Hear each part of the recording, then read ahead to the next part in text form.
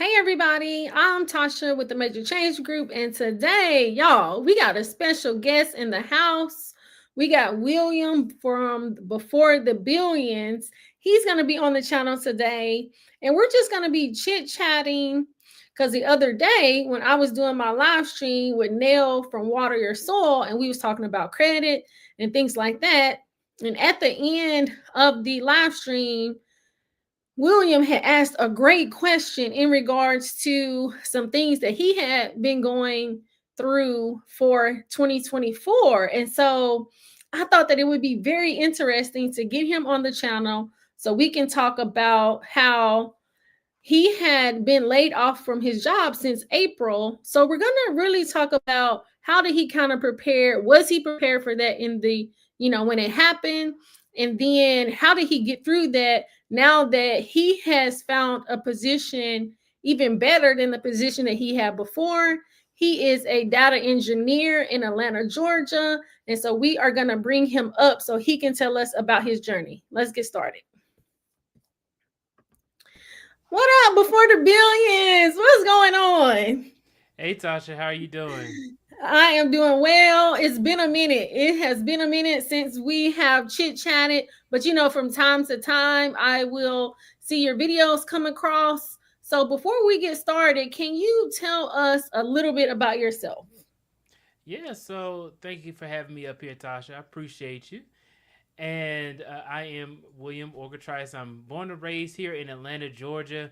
Been a data engineer for 6 years now, and I have enjoyed every single moment of it. Over here, making a huge impact on people's lives, impacting, I want to say, billions of people on a daily basis at my current company.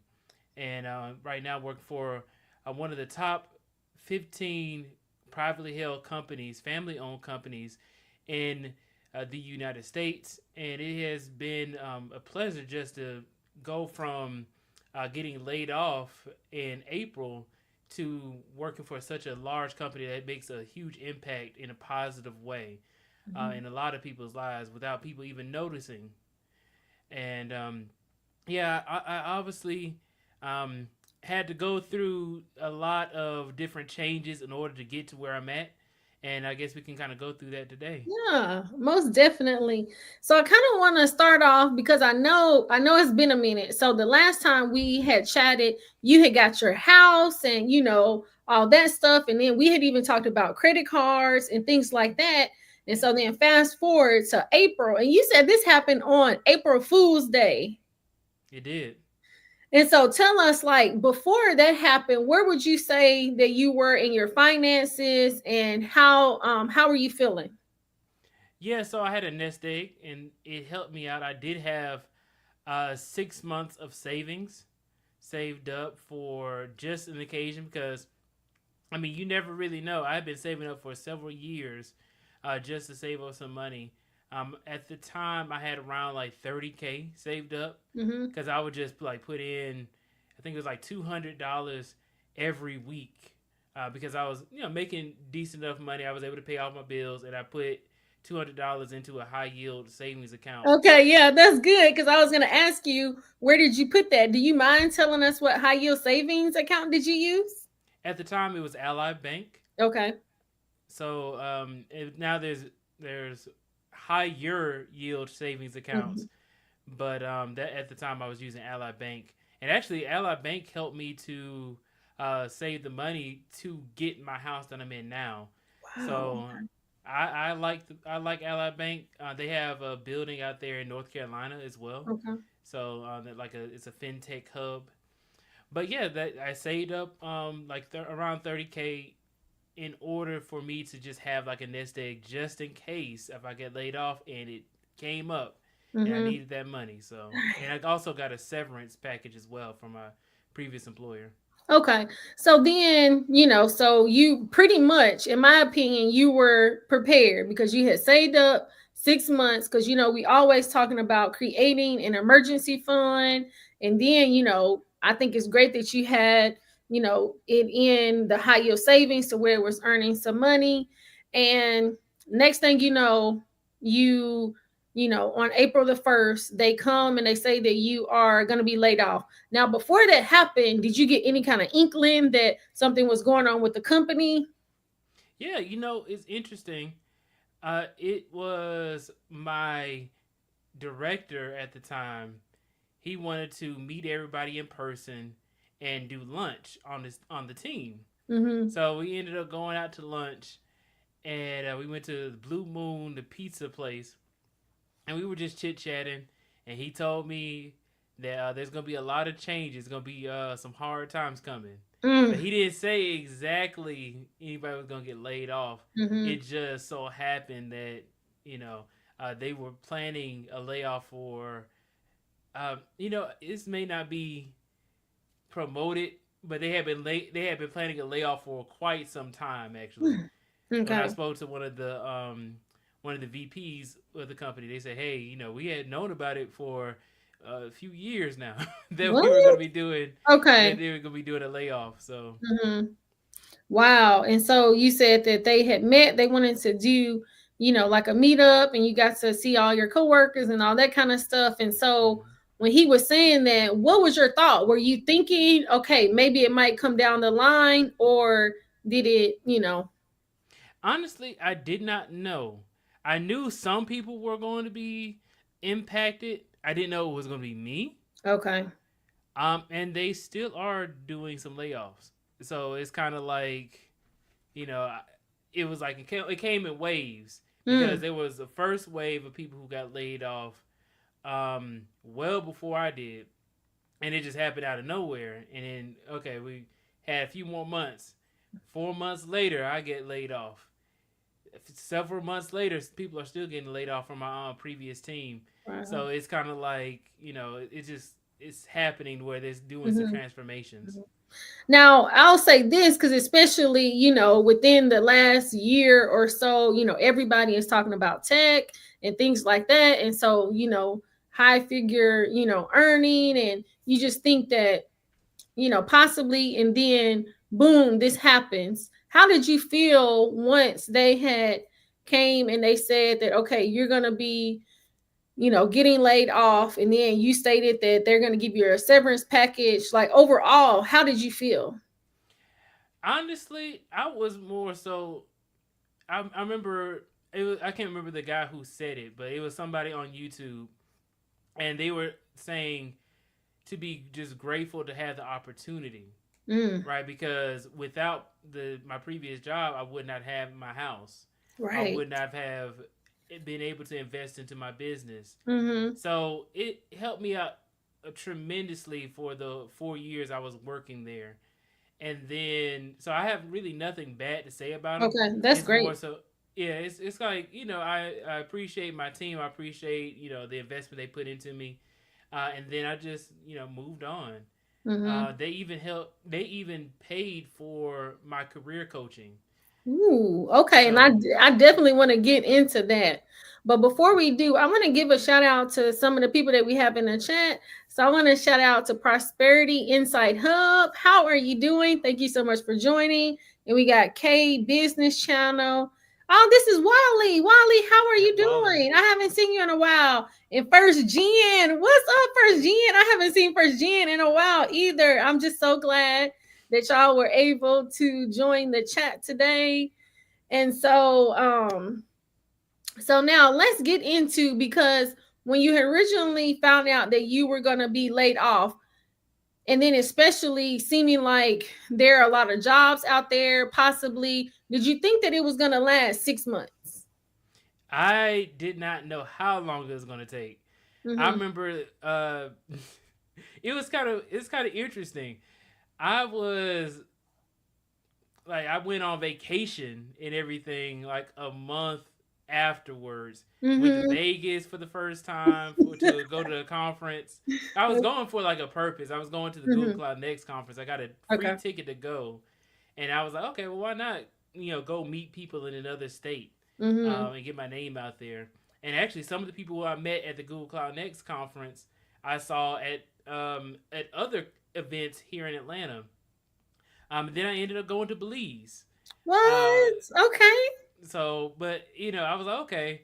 Now it's time to switch back into get a job mode, Mm-hmm. like right afterwards, and Yeah. it got tough. I did so the statistics around it. I don't have the exact amount of jobs I applied to because like Okay. sometimes they don't respond back. Mm-hmm. But it was around 500, maybe like that 450 to 500 range Wow. Okay. that I applied to, and then I also um, did 50 interviews.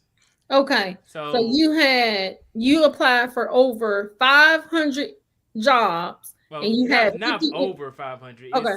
It's uh, like nearly 500, Nearly nearly. 500, but you only got 50 interviews out of those. Yes, and none Mm-hmm. of those that I applied to, I got an interview for. Mm.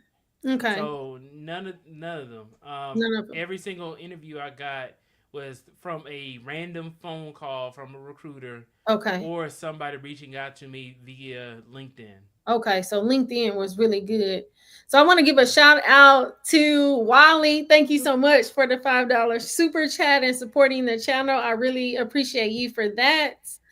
So let me ask you this, William. Before this happened, would you say was your resume already ready? Was that something that you were keeping updated? And how do you think you were prepared for interviewing? Was that something that you had kind of been working on and things like that?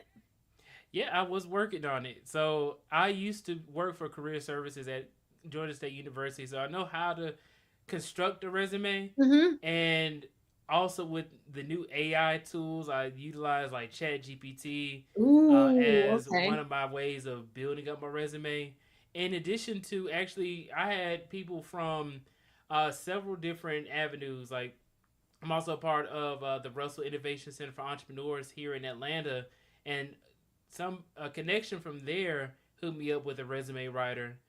In addition to the career coach, who also helped me with resume writing and also interview prep. I have a YouTube video series where I'm preparing for an interview with Meta, which then got featured in Business Insider. So, Hmm. like I was doing like a lot of different things in order to just prepare to get another job. Now hold on. You kind of slid by there. So you were working on something that ended up going into Business Insider? Yeah, I was studying for the Meta interview. I was applying. I so a Meta recruiter reached out to me via either email or phone call. He called either got on the phone, right?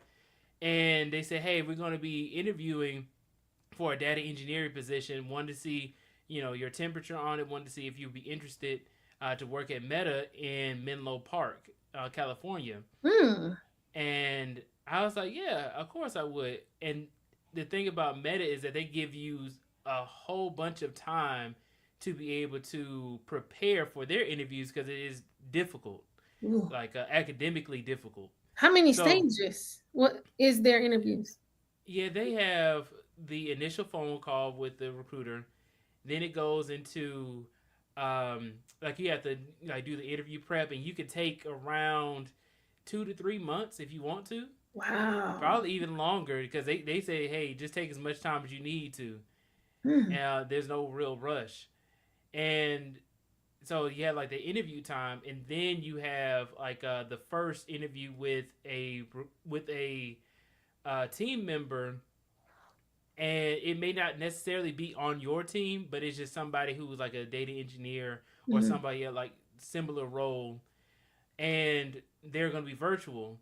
Then after the virtual interview, then they go to an all day on site interview. Whoa. So there is, and then there's like a panel interview Mm-hmm. discussion. Like there's several different steps afterwards. Okay. But yeah, that was a great experience though. It paid off.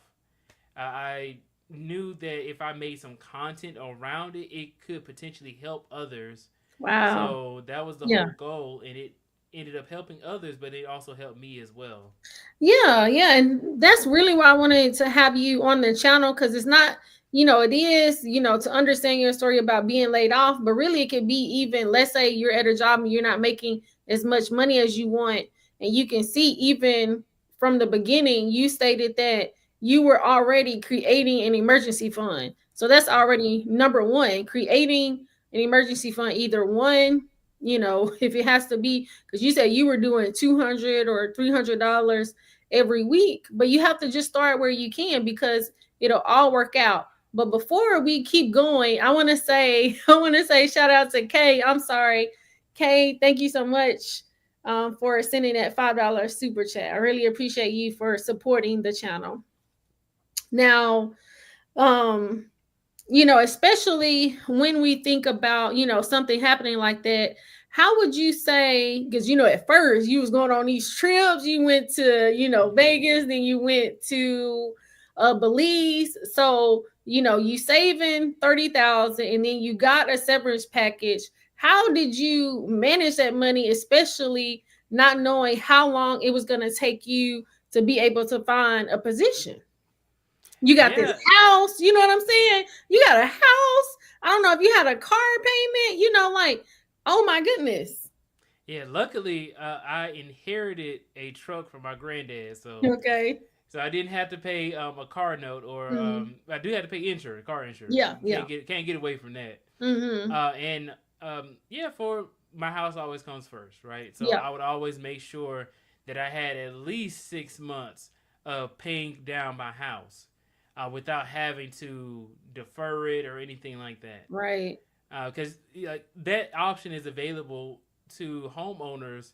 Like, hey, you can defer the loan because they want you to still keep your house because they want to get Right. their money back, Right. as opposed to like renting, where if you miss, your payment for renting, they can evict you. So it takes you a lot more time, and there's a lot of programs out there. If you ever go into unemployment and you can't afford your house, Mhm. they give you several months before you can, okay, before they try to foreclose or anything like that. They'll try and work with you. Right. Um, I can't say the same for every person who rents an apartment. Yeah. Yeah. Yeah, Now, especially with this time, did it impact your credit any? it did. It did. Oh man, it was. So the issue with it is I had enough to pay like my mortgage, and then I also had enough to pay like all my utilities Yeah, and your stuff like four that. walls, your food. You didn't have Right. a car, but your insurance, your water, your gas, Yep. and then your housing. And anything else, I was like, okay, well, if I need to, like, if any issues came up, like I had my ceiling, um, I had like stuff, like it with your house, you have Yeah. maintenance costs. Mhm. So I'm sitting here like, okay, cool. I'm chilling in the house. All of a sudden, I see all this water coming from my ceiling. I said, oh my god. So I'm over here having to fix up the roof of the house, and I'm having to then my truck broke down. Like stuff like that is Stuff was things that coming you have to up. account for, right? So things get more and more expensive as time progresses, and if you don't have the income coming in, it's like, okay, I Right. have my savings. I Mhm. know I can afford, like, just with the money I have, to pay on my house. But then for like these unexpected expenses, I'm like, okay, well, do I take away from my house, or do I, do I pay this? Mhm. So I had to leverage like credit that I had in order Right. to solve some of these issues. But then Okay. on So let me ask you this, especially since you're saying that you had to leverage credit. mhm. So did you leverage credit in a way of like a personal loan, credit cards, Yeah, I use credit cards. credit So cards? I had a pretty. I'm gonna tell you, Tasha. At the time, I had a seven. I think I had like a 755 or something like that, right Okay. around there for my credit score. And I'm like, okay, well, and I had a large amount of like a credit limit. Right. And so I was like, okay, well, I need to get this done because I can't just have like the roof leaking and stuff like that. Right. So you have to Mhm. fix that. And Right. then things go wrong with the AC, like stuff like that happens. So I Yeah. had to account for it. Mhm. But it did affect me because I'm like, okay, well, I can pay on the minimum payment, but I can't pay everything off right at once because if you need to replace like the AC unit, Mhm. AC unit be like It's expensive. $7,000, Ex- $8,000 for yes. one. Mm-hmm. So Yes, yes. And when we think about our credit, profile, we got our payment history, our credit utilization, our new credit mix, and our length of credit. And I yep. will say, let's say even if, like in your situation, you were laid off, but then let's say if somebody's not making a lot of money and they're kind of needing credit to kind of push them month to month. One, I think is good if we, can have, emergency funds so that we're not adding on top of the debt. But life happens. In this sense, you sitting on the couch and then, it's raining and then boom, the ceiling and then the HVAC and things like that. So at that point, to be able to use a credit is good that you have the available credit to be able to do it. And so being able to continue to pay at least the minimum payment. And so, every month. So are you saying now 6 months in? So you went from a 750. Where are you now? Man, I can tell you this. I'm not gonna tell you the exact amount, but it has taken a drastic drop, and unfortunately, but it's like Mhm. one of those things where so like just take 100 off, right? Just take slash Okay. that like Okay. slash 100, Okay. and then it's one of those things where like I know I can get it back, you Yeah, know. yeah. Because especially, well, because I would say, do you have any late payments? I have 100% payment history. Yeah. And so you know what? I will say this is the thing. If you don't have any late payments, and then really taking a look at your credit, your overall credit. But from what I'm hearing, that is possibly credit utilization. And if you can decrease your credit utilization, you'll be right back up there. So I Yep, think, and that's what I really like to hear when you're in a spot like that, it's like to still pay that minimum payment until you can get to where you need, to get to. exactly. Yeah. So that's good. So how on the other side you were, so that happened, you got the house fixed and things like that. Tell us the process of getting another job. So you said you were using Chat GPT. You use Chat GPT to update your resume? I did. And the thing about using ChatGPT is that is good for like writing, but it misses the emotional impact that Mm, a human can have.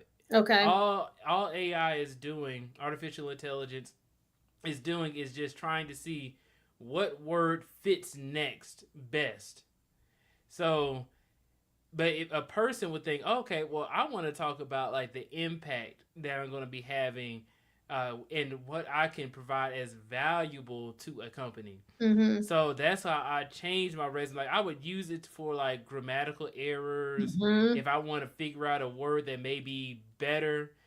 But as far as like quantifying my results, Mm-hmm. that's something I would have to know.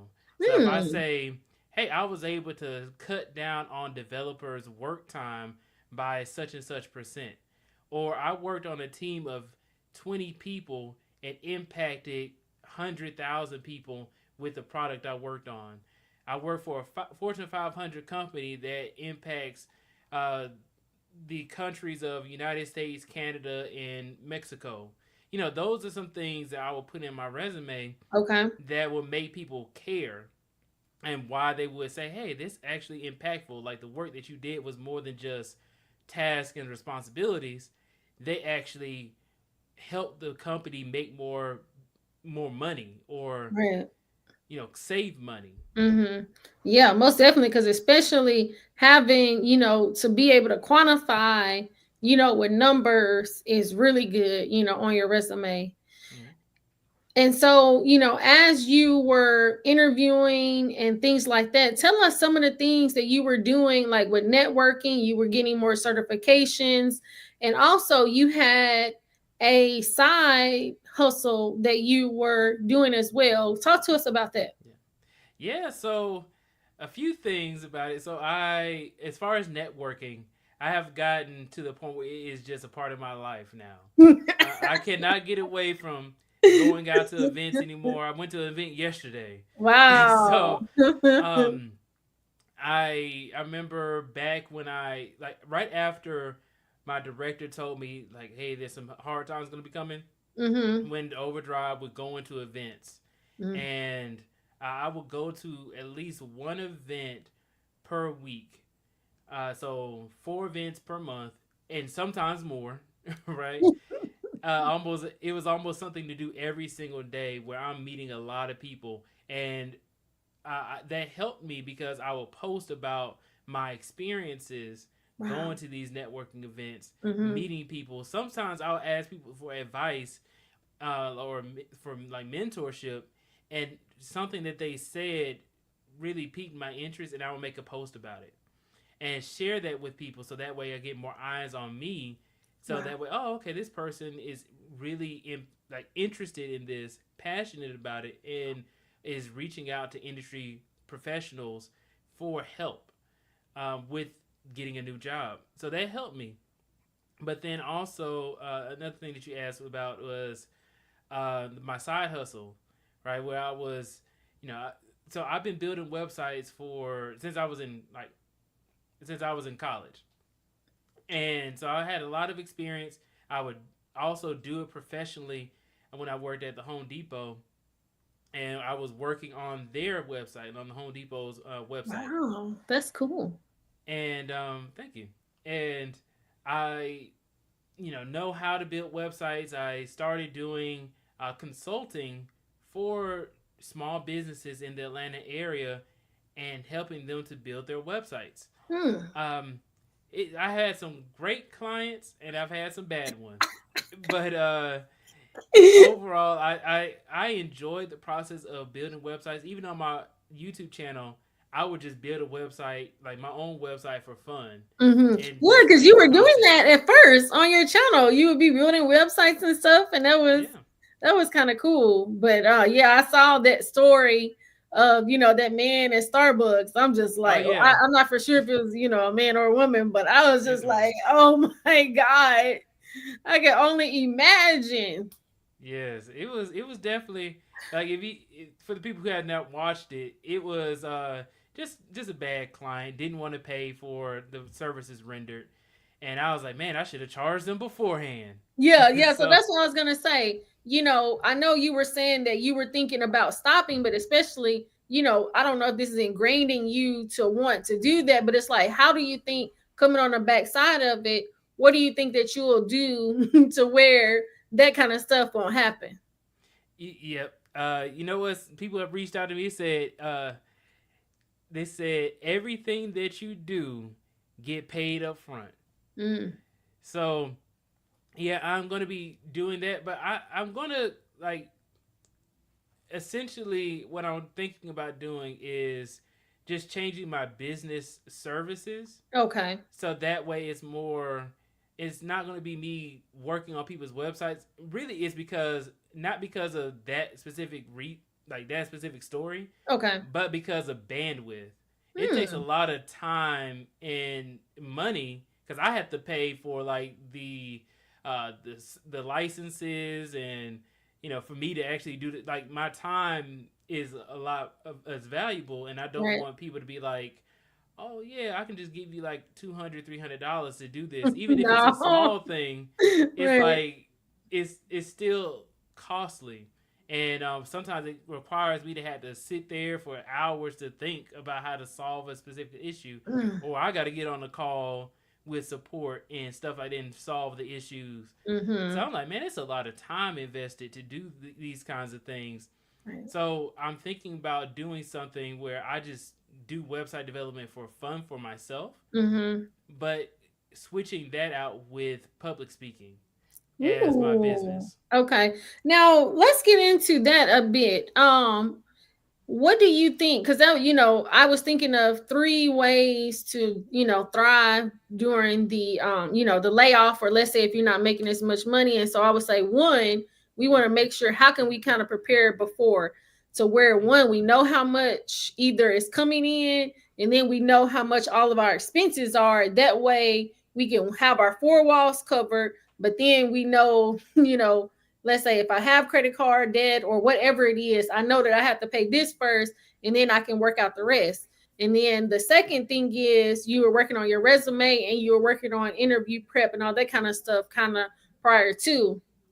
But then now let's say let's would this be in the self-development phase? So talk about how did you get good at public speaking, because you were going to these events, you're going to be in business insider, you're doing all this, you're getting, like, tell us, how did you have a problem with public speaking and you got better? How did you what was your process? Yeah, so I was a member of Toastmasters when I got Okay. my first job. So, Okay. well, when I was an intern, so that was back in 2018 when I got Mm-hmm. all those public speaking jitters out. I was in And Toastmasters too. awesome, yeah. So Yes. it helped out a lot, even all these years later. Mm-hmm. So I started doing public speaking back then, and then I got the itch to do public speaking again, but for like in the tech industry, Okay. to help more because I have been doing my YouTube channel for years, Mm-hmm. and I talk about like giving genuine advice to people who are trying to get jobs into tech.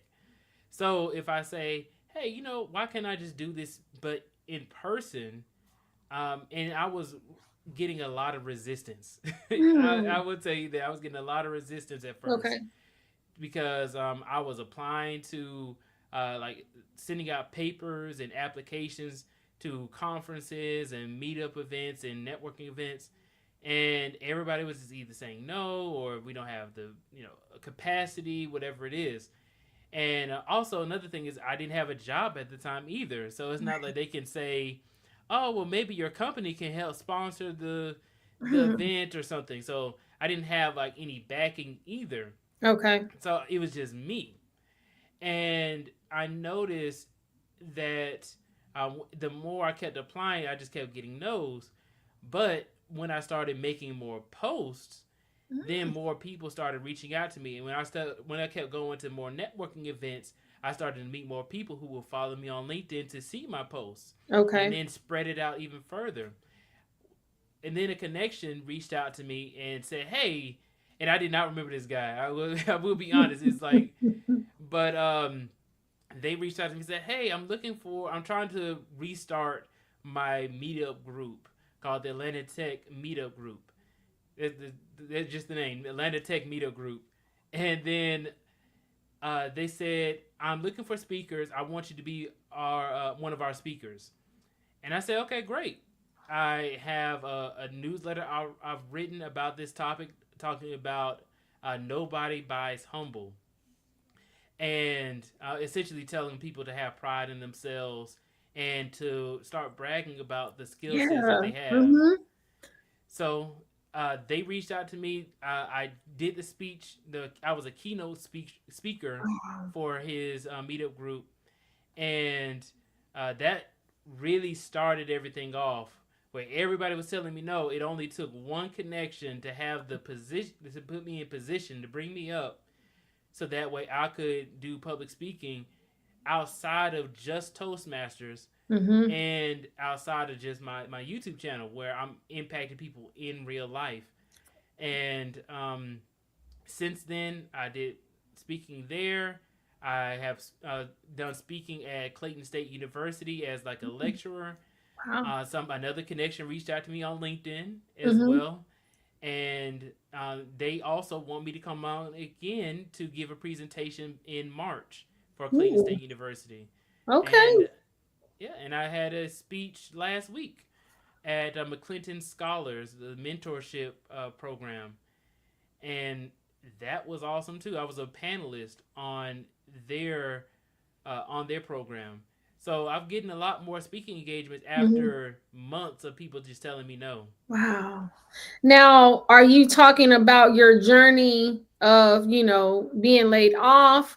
Are you going to turn that into a book, or, some kind of to where you can really help people? Because, especially for your 6 months, I'm pretty sure you've learned a lot to be able to help other people to where possibly, one interview prep, getting your resume, you know, making sure that that's up to date. So there are a lot of different processes that, that can really help people out, no matter if they're on a job and maybe they don't like it and they want to get another job. Have you considered that? That is an awesome idea. I never thought of that. I Yeah. never thought. I do make a lot of posts about it. Because maybe I you can compile all those posts together that could make some kind of, some kind of book or something. Because, a lot of people are out here talking about it, and people, want to know, how can I get this job? And especially in this market. Yeah, that actually would be really interesting because I have a lot of my newsletter. I have posts on my LinkedIn Mm-hmm. and video content of me talking about it for 6 months. Yes. So Mm-hmm. it is something I turned into a series, but never thought about like making like a book or anything like that. Wow. Yes. Because, that's, because I know we're just talking within this 1 hour, or, however long we're going to be going. But I'm pretty sure, to really get down in there and start talking about it, it doesn't, it could just be, here are some points like before it happened, while it happened, and then after, because let's transition. So for 6 months, you had applied for almost, 500 jobs, and you had 50 interviews. And, if you are in a position and making even more money than you were before, how did you feel once you had interviewed for that position and then you had got it? And I felt really good about it. And the reason why is because I kept making posts on LinkedIn and the recruiter reached out to me because of my post. And the post had nothing to do with interviewing or anything like that. It was a post about me going to my run club called Hills for Atlanta. Mm-hmm. And they said, "Oh, I just love that. You Hey, know what? I feel like I know you. I just loved your post. wow. You know what? We are hiring for a data engineer position at my company, and I'll be interested to see if you want to apply." And I say I would be. I got the interview right afterwards. Then the very next day, they gave me a phone call. Say, okay, here's the benefit. This is what the benefits package looks like. This is what the pay is going to be and stuff Mm-hmm. like that. Would that be interesting to you? I said, yes, it would be. All right, cool. Well, how about this? I'll go ahead and submit this for approval. And then as soon as the hiring manager approves it, then I can send it over to you tomorrow. They approved it that same day. They sent me the offer letter to the very next day, but they what they said was I had to apply to the job. Did Okay, the yeah. interview. I did the interview and everything before I Uh-huh. applied. I Mm-hmm. applied and then they sent me the offer letter. Oh, look, William, is this one of those jobs, those phantom jobs that they be having posted, and then people applying for it, and then they already done hired you for it? Is that one of those positions? You know what? I cannot tell you, but I will say is that I did see the position still up, but I got a private link to Yeah, that's what I'm the saying. role. Because how I've been hearing a lot about people been applying for jobs, and then either it's still out there, and then the recruiter call them or something, then they feel like they've been ghosted and all this and that. And then here it is, they posted this job, and then they come to you in your LinkedIn, and Hmm. interviewed and all that other kind of stuff and got the job. Yep, and you know what's I don't think the job is still up. I think they closed Well, it, yeah, before, yeah, but yeah, yeah, but after I got the job, I had been working there for probably like 2 weeks, and yeah. people kept reaching out to me. They were like, "Oh, can you give me a referral for the job?" And I was like, "Man, I Mhm. just got in here." And then one of the people who asked me for a referral sent me the link to the To your job job. to the job I had. They hadn't closed it yet. Wow. So I thought that was interesting. I didn't want to tell her because I looked at it. I was like, it says I already Look applied to it. familiar. Right. So But even with all of that, how did you stay positive within those 6 months? To be able to, at first things weren't happening how you wanted to. You were getting these no's, and then next thing you're getting invited to be able to speak, and then next thing you know, you're still posting, and the jobs that you were applying for, they did not call you, and then somebody that saw another post, like how are you staying positive throughout that time? I had a lot of positive reinforcement because I thought about it. I had been laid off before, Oh, okay. so I've been laid off. The job, so 2 jobs ago I got laid off. Hmm. This then my previous job I got laid off. So I was sitting here thinking, well, I was able to make it the last time, and the Okay. last time I got laid off, I was out for 2 months, two Okay. months, and then the third month I ended up working, and I was able to make it through that. Well, I able to make it through this again. Right. I was like throughout all of it, I was like, you know what? Whenever I lose something, I'm able to make it back and then some through And God. then You know, some. You better tell it, William. Oh my goodness. Now, let yeah. me ask you this. Okay, now that you're on the backside of things and you're in your job, you're loving it, you're, making good money and all that kind of stuff. What would you say are maybe like one or two tips? How do you think that maybe do you feel like you were prepared, or do you think that you could have better prepared? I could have better prepared. You could have I better will be honest. prepared. I Okay, could have tell us even still. There's always even room for still. improvement. Okay. Yes. What are like one or two things that you think that you could have done better? Yeah. So one of the things I could have done was I should have started doing like going to the networking events more Mm, aggressively beforehand. So okay. that way I could have had like a more of a head start. Somebody told me that you need to make your friends before you need them, Before it. Yeah, okay. because I noticed, and then also even for like some networking, like things I had to figure out on how to work a room, Mm, because I'm going in there, I don't know a single soul, right.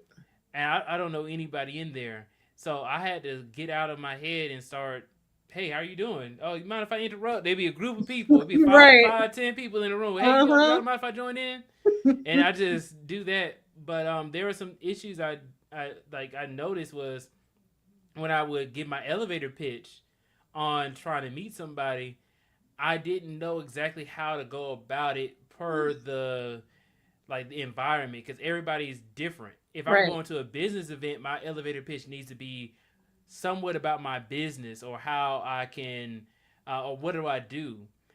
But if I go to a tech event, my elevator pitch needs to be about like jobs Mm, and some projects I've worked on. So when I go up to somebody in a tech event, I go up to them and say, "Hey, how are you doing? My name is William Orgetrice, and I've worked for Fortune 500 companies like Ronstadt USA, and I've been a data engineer for five. At the time, I was data engineer for 5 years. mm-hmm.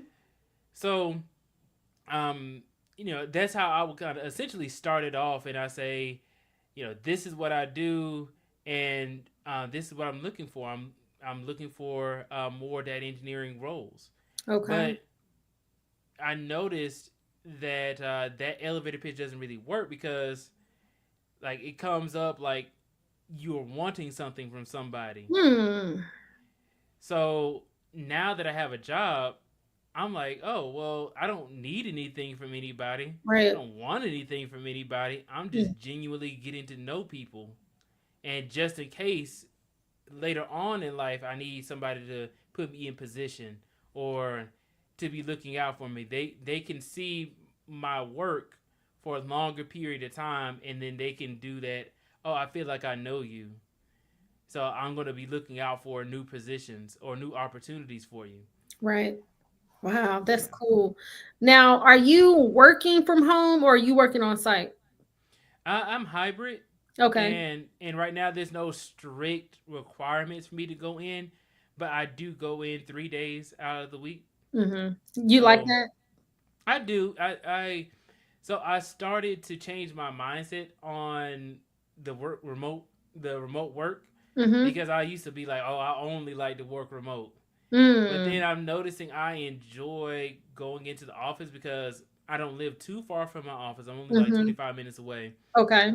So the commute is good, and then I get to meet like the executives, and I get to pick their brain and show my face, Right. and their standpoint on it from an executive level or people management level is that it's actually in the benefit for the employees to go into the office so that way they can mix and mingle with people who they wouldn't necessarily meet. Okay. Uh, but I still enjoy working from home. Yeah. Um, but I did realize like, hey, my team is in a whole different country, Okay. so the time zone is different. But Yeah. if they were here in the United States, then it's kind of like, oh, okay, I can, meet them. I can have lunch. I can get work done, and then I won't have like oh, you only have like 2 to 3 hours to talk to us early in the morning before we log off. So you kind of have to understand, like, hey, sometimes it's actually good to go into the office to like talk to people. Yeah. Yeah. It's been a while. I work from home myself, and I've been working from home for a while. We were already, kind of working from home prior to, and so, Mm-hmm. yep. So I like it, but I do kind of miss being in the office and just chit chatting, that kind of stuff, going out to Yes. lunch, with your coworkers and things. And so, I do kind Yeah. of miss that. I wouldn't recommend it for people who got like a long commute though. Yeah. Like when I had a longer commute, then I was like, no, Mhm. I'm good because it feels Yeah. like a waste of time.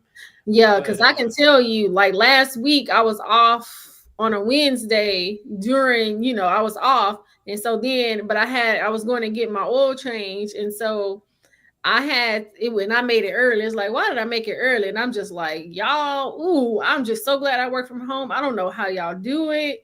Cause I'm just like, that traffic, it just be a mess. So, yes, and you're in Tennessee, right? So yep. it's like Uh-huh.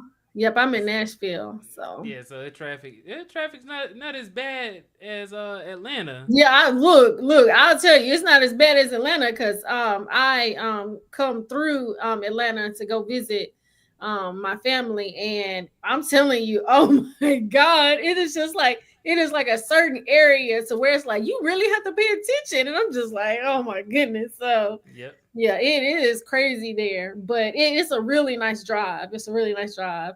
So I'm so glad that you got your book, and I hope that it's going to be helpful. Because you said that you just got it today, so that's Just really got it. good. Yes, that is good. So tell us, what do you have going on, or any last words that you want to give us? Yeah. So I'm gonna be continuing public speaking. I think that that's gonna be more so a skill set that will help propel not only my YouTube channel, but also all the other social media platforms I have, in addition to my personal and professional brand. So, like I said, I'm going to be doing a presentation at Clayton State University. And then I have several other speaking engagements going to be coming up as well. And I think that that's going to help me to get like those no's that I was getting for public speaking. I'm going to start Hmm. getting more yeses, or people reaching out to me to be a speaker, as opposed to it being like, hey, you are just one person out of all the people who apply, No, that's right? great. That's great. Now, let me ask you this, because because I know in March you're gonna have, the speaking engagement. Are you still in Toastmasters, or are you gonna be rejoining, or what are you gonna be doing to, just increase your public speaking even more, but better than where you're at now? Yeah, right now they don't have Toastmasters at my company. Oh, okay. At least for like, because the Atlanta office is new. Mm-hmm. But I do know that they have like some local Toastmasters, Yeah, and then check like it out. outside Check of it out. outside of corporate.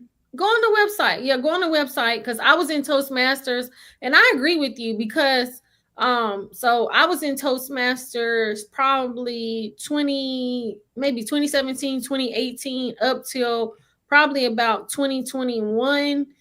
And it kind of goes in waves, and it's like sometimes I can tell since I haven't been, it's like I'm backsliding to where the ums and the ahs, and Yeah, because the I filler words. definitely, Yes, because I'm like, I can really tell you, if it was not for Toastmasters, I would not even be where I'm at now. Because let me tell you this story right quick. Because I was talking to my mama the other day.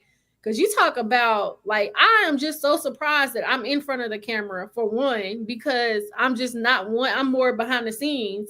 And, speaking of interviewing, so this was probably 20, I don't know if this was maybe 2016. William, oh my God, I tell you.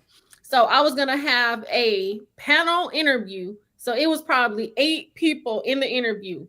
Now Oh the thing boy. is, I had not been in Toastmasters. I had not been in Toastmasters prior to this. So I had did my presentation, and I can do my presentation on whatever I wanted. William, why before the interview started, I was getting so nervous. Why did I start crying? And I was just so Oh. scared. So you already know, here it is, I'm crying. So my face was red, and you probably could tell I had been crying because I had just got so nervous, and I had went into the bathroom, and I had called my mom, and I'm just like, oh, I'm just so nervous because it was a panel interview. But it's Mhm. like these days they are doing more panel interviews where it could be two, so maybe even 5 interviews, and then you were saying that it could be even all day. So it's like Toastmasters is really helpful to be able to get those jitters out of you, because I'm so much better than I was before, but I'm just like, I can still like envision myself. That's how bad it was, to where I did not like to speak in front of people. Mhm. And Yeah, and they look, I didn't get the job either. I didn't get that job either. It was crazy, but I'm just like, oh my gosh, if they had recorded that, I'm just like, I know it was bad. the thing about speaking is that most people would rather die than go up and on the stage and speak in front of people. They will. But the truth of it is that nobody wants to watch a bad speech. Everybody wants you to do good. Everybody wants you to do good. Yes. And so what else are you going to be doing, to get prepared, or, what other things do you have going on? Yeah, so I'm gonna be continuing with YouTube and in investing more into my platforms, and also I am there's something else I'm doing coming up. Going to more networking events. Uh, yeah, that's pretty much the majority of it. I have my Discord community, the networkers. I want to give a shout out to them Okay. because we're gonna be having some more events as well coming up. And yeah, that's pretty much what I have going on. Wow, that's amazing. Now tell us where we can find you. Tell us, your YouTube name, and are you on Instagram? You are on LinkedIn, and tell us where we can find you. Yeah, on all platforms you can find me at Before the Billions, and on LinkedIn, you can find me under my name, William Orchestrice the Third. So that's where I post a lot about professional and personal development, and giving people advice and inspiration on how they can make it through this brutal job market. Man, I'm telling you, that's why you need to write that book. You got to write that book, cuz and then you can look, you can write that book, and then you can go to high schools, you can go to colleges and all that kind of stuff, and talk to people, cuz it sounds like you got the clout. And so I think that you will be able to do it. Yeah, you know what's interesting before we go Mhm. is that it's so funny to me because I would go to these networking events and stuff, and then when I spoke last week at McClinton Scholars, and they were like students in computer science and public health in multiple different colleges, and they were like, "Oh, I heard like one of my connections saw that your post about you getting a new job. They were Mhm. like, "How's William doing?" And then she was like, "I don't really know him that well. Like, for you to ask me that, I thought that was so funny. Like, Oh my okay, goodness. I post, but it makes it feel like people really, know me and stuff like Yeah, that." right. And so They were you said that like, you've been walking around and people recognize you from, all your different posts and everything. yeah, it's like somebody I'm connected with on LinkedIn talked to somebody else about me, and asking how I was doing. I was like, okay, I don't even know who it is. That is funny. Wow. But you know, that's the thing, especially the people that you watch all the time. It's like sometimes I guess you can, you think that you know them. hmm Yeah, but that's really how it is. I had somebody I was getting an acai bowl saying before the billions, and I had no clue who the person This was. is funny. So what do you say when that Oh, I happens? just said I just said, hey, like a regular person, Yeah. how are you doing, and Mhm. introduce myself, and ask them for their name. Yeah. I had a few coworkers come up to me, and they say, hey, I've seen your post before. Wow. That's kind of Uh, cool though. it's cool, and then sometimes it's kind of like I had this one dude. He was like, "Oh man, you post a lot on LinkedIn, man. What? You." He was like, "Oh, you shaking hands and kissing babies. Are you trying to be like the? Are you trying to run for president?" So Wow. Yeah, see, that's some, yeah. So it's just like, but I think that that's good because that's letting you know that you are, because here it is, somebody that somebody else know was asking about you. So it's like people are really seeing your post and things like that. So you gotta, stick with that momentum. So that's what yes, I'm saying. You might have to write you a book. yeah, I agree with you.